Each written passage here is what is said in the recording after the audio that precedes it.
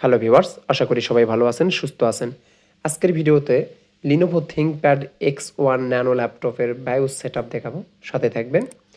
আমরা পাওয়ার বাটনে প্রেস করব এবং F1 প্রেস করতে থাকব যতক্ষণ ডিসপ্লে আসেনি। এখন ছেড়ে দিব। এখানে আমাদের ইনফো শো করছে। প্রথমে আপনারা দেখবেন যে মাউস প্যাডটি কাজ নাও করতে পারে। কেন করছে না সেটাও দেখবেন।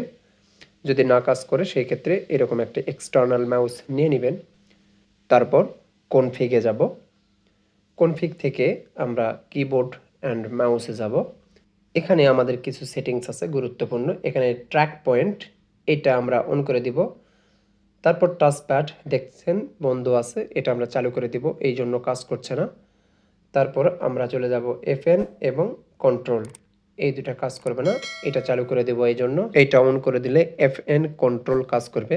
সবচেয়ে গুরুত্বপূর্ণ যেটা সেটা হচ্ছে F12, এটা হচ্ছে বুট মেনু সেটিংস। এটা যদি অন করে না দেয় তাহলে বুট মেনুতে যেতে পারবো না। তো এই ছিল এখানকার সেটিংস।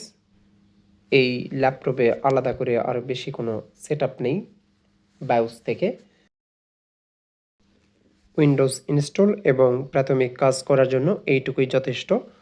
তো তারপর আমরা F10 অথবা এখানে ক্লিক করে সেভ দিব, ইয়েস দিব।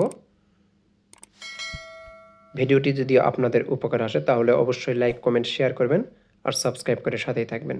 আসসালামু আলাইকুম।